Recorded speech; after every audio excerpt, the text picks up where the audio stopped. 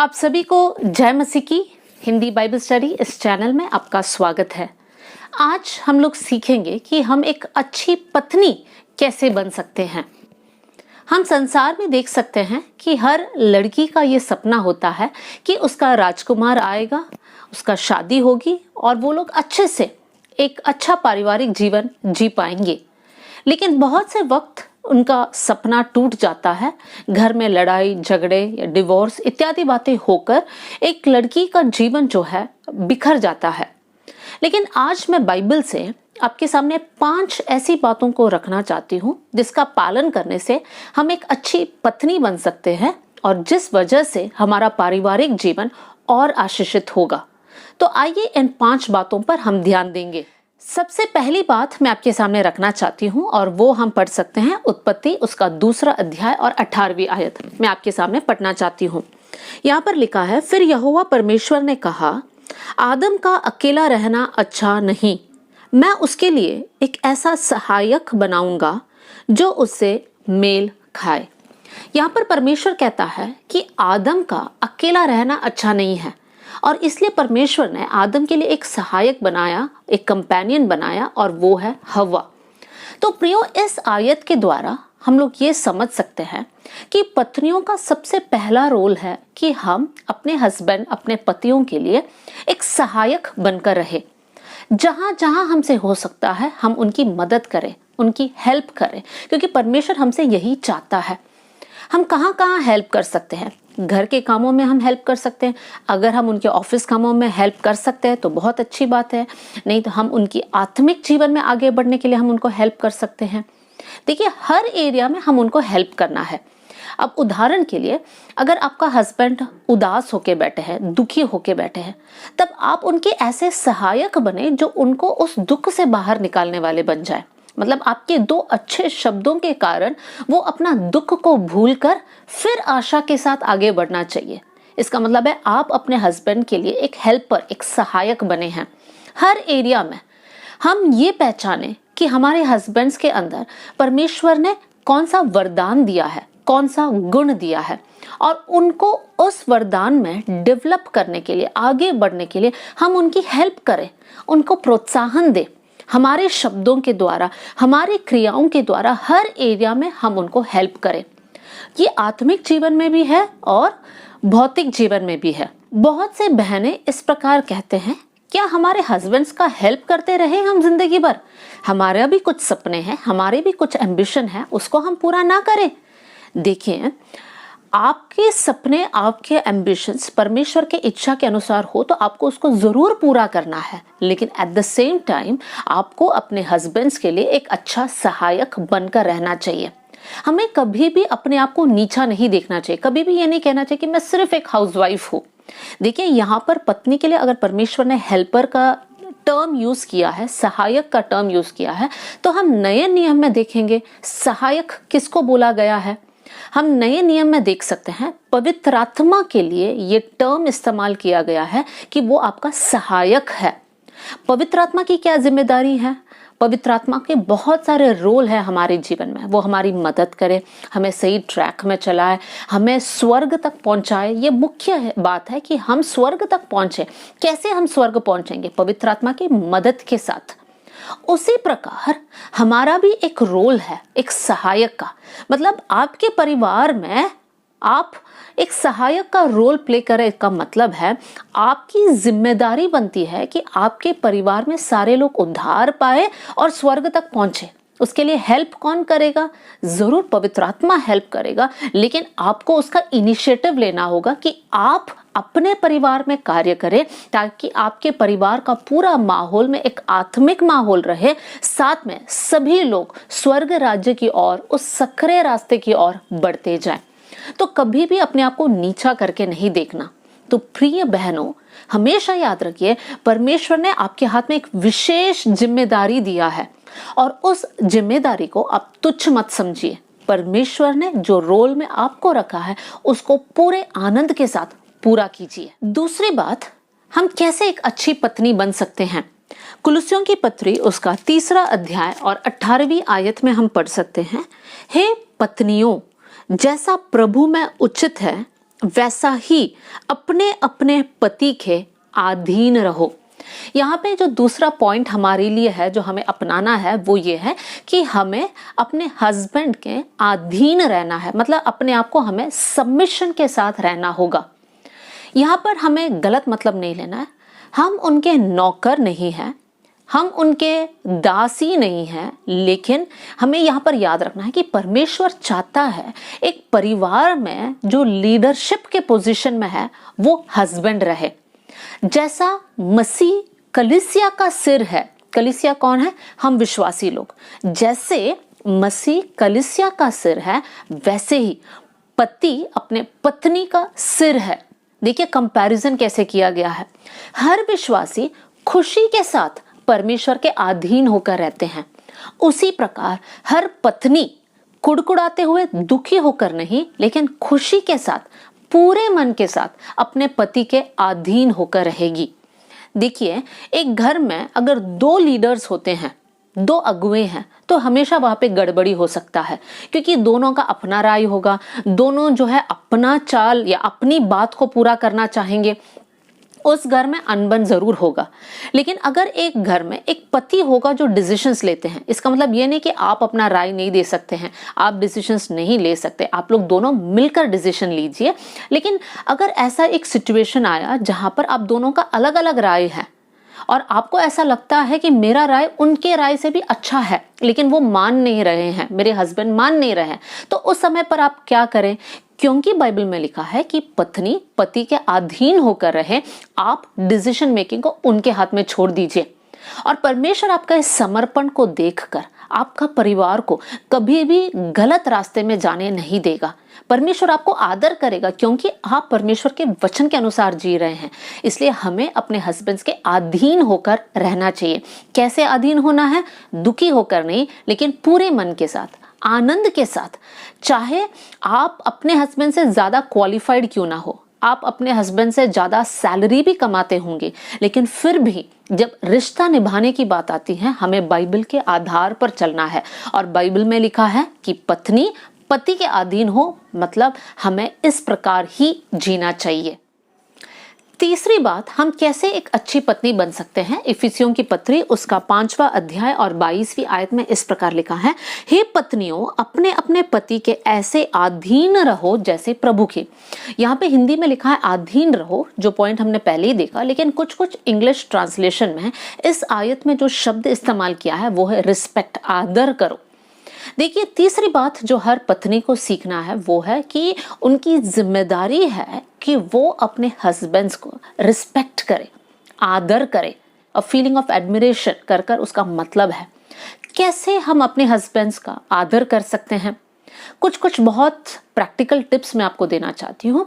आप कभी भी अपने हस्बैंड की गलती को या कमियों को किसी और के सामने चर्चा ना करें। चाहे आपके हस्बैंड वहां पे रहे या ना रहे, आपको उनकी कमियों के बारे में कभी भी डिस्कशन करना नहीं है। आपको उनका साथ देना है। जब आप परिवार में भी हो, जहां पर मौका मिलता है उनको धन्यवाद देने, उनके थैंक यू बोलने के लिए, आप उनको थैंक यू कहें। जहां पर आपको ऐसा लगता है कि आप उनका एक अच्छा शब्द उनके बारे में बोल सकते हैं, उनकी तारीफ कर सकते हैं, जरूर कीजिए। देखिए बहुत से वक्त अगर हम अपने लाइफ्स को चेक करेंगे, पत्नियां ज्यादा जो है शिकायत करते हैं, आप ऐसे नहीं करते हो, आप वैसे क्यों करते हो, ये क्यों करते हो, ये मुझे पसंद नहीं है। इस प्रकार के शब्द हमारे मुंह से ज्यादा निकलता है। जैसे एक उदाहरण के लिए मैं बताऊं, अगर हस्बैंड से बोला जाए कि हमारे घर में प्याज खत्म हो गया, आप 1 किलो प्याज लेकर आइए। जब हस्बैंड 1 किलो प्याज लेकर आते हैं, तब हमारा रिएक्शन क्या है? हम उनको थैंक यू बोल सकते हैं, उनकी तारीफ कर सकते हैं, थैंक यू, आपने मेरे लिए ये काम किया, मेरे लिए और भी काम आसान हो गया, आप कितने अच्छे हस्बैंड हो। इस प्रकार का एक शब्द बोल सकते हैं जो कम बोला जाता है। लेकिन ज्यादातर ऐसी बातें बोला जाता है, प्याज लेकर आए, ये कैसी प्याज है, देखो एक सड़ा हुआ है, या इतने छोटे छोटे प्याज क्यों लेकर आए, या इतने बड़े प्याज क्यों लेकर आए, मीडियम प्याज लेकर आना चाहिए। मतलब हम कमियां ज्यादा निकालते हैं और वो उनको फ्रस्ट्रेट करता है, वो उनको जो है एक चिड़चिड़ापन में लेकर जाता है। तो हम पत्नियों को ये याद रखना है कि चाहे बात हमारी इच्छा के अनुसार हो या ना हो, बहुत से बातों के ऊपर हम नज़रअंदाज कर सकते हैं और हम ये कोशिश कर सकते हैं कि हम उनकी तारीफ करें, उनको थैंक यू कहें। थैंक यू आपने मेरा ये ख्याल रखा, थैंक यू आप दूध लेकर आए, थैंक यू आप आज बर्तन धो के दिया। हर चीज़ में आप उनको थैंक यू बोल सकते हैं, उनकी तारीफ कर सकते हैं। आप इस प्रकार बोल सकते हैं, परमेश्वर ने जो मेरे जीवन में एक सबसे बढ़िया तोहफा दिया वो आप है। तो इस प्रकार के शब्द जब आप बोलोगे तब आपके जीवन में आपसी प्रेम बढ़ेगा और एक दूसरे के बीच में जो तू मैं है वो खत्म हो जाएगा। इसलिए ध्यान रखें प्रियो, आप अपने हस्बैंड्स को एडमायर करें, आप उनका रिस्पेक्ट करें, उनकी तारीफ करें, उनको धन्यवाद दें और हर बात में आप उनके साथ दें। रिस्पेक्ट करने का मतलब है उनके साथ साथ उनके परिवारजनों का भी रिस्पेक्ट आप करना है। मतलब उनके पेरेंट्स का भी आपको रिस्पेक्ट करना है। जैसे आप अपने पेरेंट्स का ख्याल रखते हैं, रिस्पेक्ट देते हैं, उसी समान आपको अपने हस्बैंड के पेरेंट्स का भी ख्याल भी रखना है और रिस्पेक्ट भी देना है। और बहुत मुख्य बात यह है कि उनकी कमियों को उनके सामने उठाकर एक पहाड़ समान उनको बताना नहीं कि देखो तुमने गीला तौलिया यहाँ पर डाला, कितनी बार बोला। इस प्रकार की बातें जो है हमारे मुंह से नहीं निकलना चाहिए, लेकिन उनकी कमियों को हमें कवर अप करना चाहिए। प्यार के साथ एक दूसरे के साथ बैठकर चर्चा करना चाहिए। अगर आप चाहते हैं कि किसी एरिया में चेंज हो जाए तो प्यार के साथ आप बात कर सकते हैं और परमेश्वर वहां पर आपके लिए कार्य करेगा। तो अब हमने सीखा कि हमें हमारे हस्बैंड्स का रिस्पेक्ट करना बहुत जरूरी है। चौथी बात, हम कैसे एक अच्छी पत्नी बन सकते हैं। इफिसियों की पत्री उसका 5वां अध्याय और 31वीं आयत में आपके सामने पढ़ना चाहती हूँ। इस कारण मनुष्य अपने माता पिता को छोड़कर अपनी पत्नी से मिला रहेगा और वे दोनों एक तन होंगे। यहाँ पर लिखा है कि हस्बैंड और वाइफ एक साथ आएंगे और वो लोग एक शरीर बन जाएंगे। इसका मतलब है आप दोनों एक टीम है। आप दोनों अलग अलग नहीं है जो एक दूसरे के साथ compete कर रहे हैं। एक स्पर्धा में नहीं हो जहां पर आपको जीतना है और दूसरे को हराना है या उनको जिताना है और आपको हारना है, ऐसा नहीं है। आप दोनों एक साथ है, एक ही टीम में है और आपको एक साथ आगे बढ़ना है। तो चौथी बात जो आपको याद रखना है वो ये है कि आप एक टीम हो। तो आपके बीच में अगर लड़ाई झगड़ा होता है तो एक जन नहीं हारता है, दोनों हार जाते हैं। तो जब भी कुछ ऐसी बातें आपके परिवार में उठता है, आपको याद रखना है कि आपका जीतना वहां पर जरूरी नहीं है। आपका साबित करना कि मैं सही हूं वो जरूरी नहीं है, क्योंकि एक जन को हराकर आप दोनों एक साथ आगे नहीं बढ़ सकते हैं। बहुत से वक्त हमें झुकना पड़ेगा और सॉरी बोलना पड़ेगा। इसका मतलब ये नहीं है कि हम लोग कमजोर है तो हर समय हम सॉरी बोले, नहीं, हम प्रेम के साथ वो बोल रहे ताकि हमारा टीम ना टूटे। देखिए, जब एक क्रिकेट का टीम हो या फुटबॉल का टीम हो, उसमें भी अनबन तो होता है लोगों के बीच में, लेकिन वो बाहर आने वो लोग नहीं देते हैं। वो लोग अपने टीम के अंदर ही उसको सुलझा देते हैं। उसी समान हमारे परिवार में भी जो छोटी मोटी डिसएग्रीमेंट होता है, जरूरी नहीं है तुरंत उसको फोन कर कर अपने घर वालों को बताए, अपने रिश्तेदारों को बताए, अपने पास्टर को बताए और पूरे समाज को बताए। अब पूरी कोशिश कीजिए कि आपके डिसएग्रीमेंट्स को, आपके जो अनबन है वो घर के अंदर ही आप सुलझाए।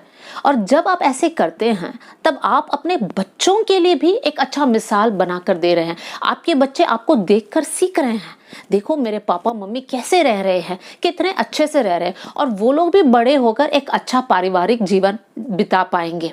तो प्रियो, हमेशा याद रखिए कि आप दोनों एक टीम के हो, आप कोई कंपटीशन में नहीं हो और आप दोनों को आगे साथ साथ बढ़ना है।